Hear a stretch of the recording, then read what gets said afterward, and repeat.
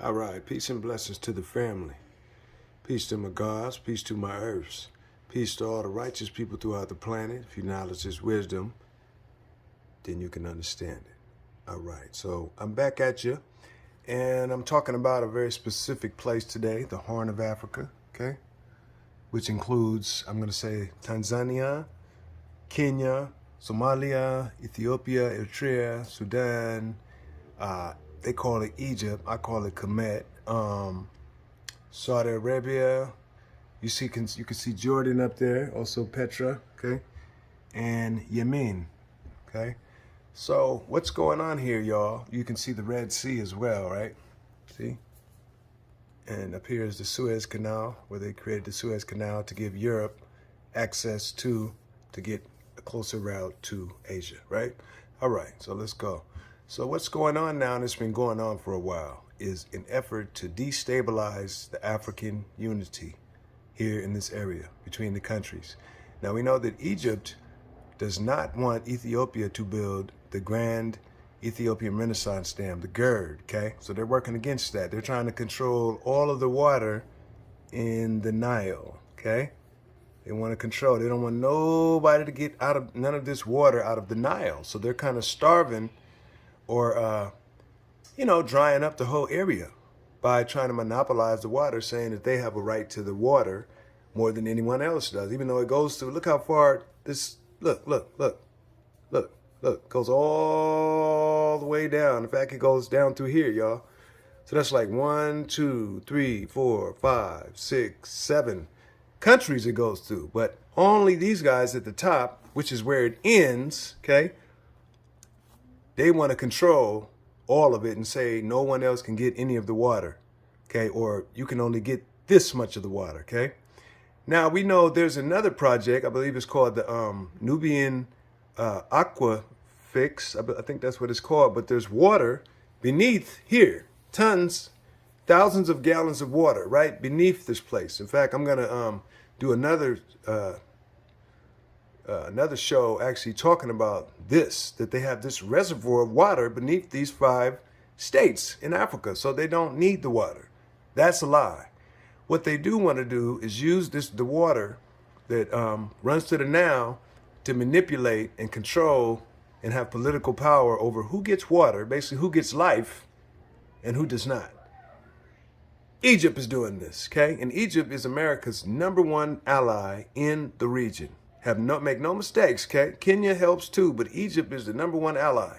Okay, that's why we saw the Arab summer a while back pop up out of nowhere. Okay, so what are you talking about here, Mr. Magnetic? You're just talking about the Middle East. You're talking about, I don't really call it the Middle East, y'all. I call it East Africa. There's no such thing as the Middle East. That very word is an attack on what we know is Northeast Africa, period. Okay, if there's a Middle East, there's a Middle West, a Middle South, and a Middle, huh? So at this point, as you guys probably know, Eritrea and Ethiopia, they had a long war that went between them, but it wasn't really between the people. It was between, there was a prop-up government called Mengistu, okay? Mengistu took power from Haile Selassie. Mengistu took power and said, man, I'm going to just run the whole area, okay? But Mengistu was propped up by the USSR, also Israel.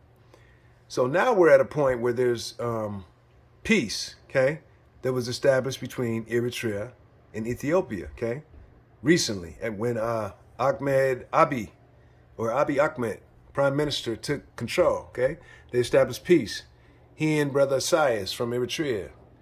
All of a sudden, in the middle of this peace, okay, because most of the people in Eritrea and Ethiopia and in the Horn are related, okay, either culturally, physically, or just related, know each other.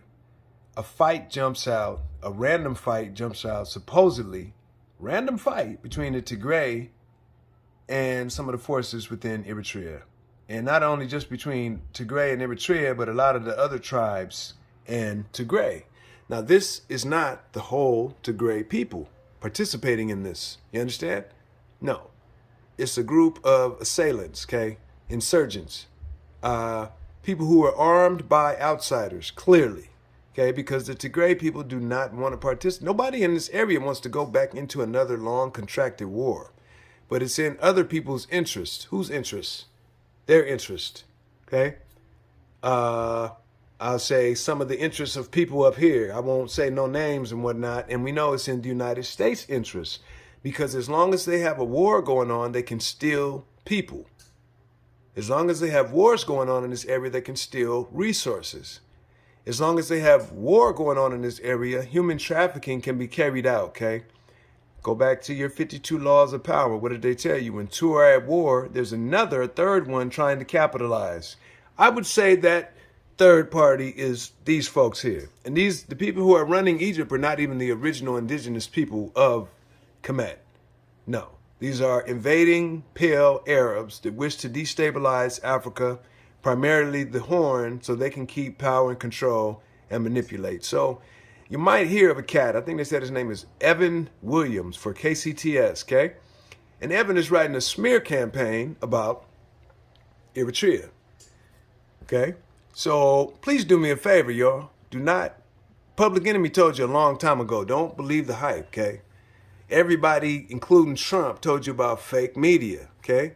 And there's been a lot of false media and false narratives coming out of this area, okay? So that people will not have a clear idea of what's going on here, past, present, and therefore they cannot see a clear future.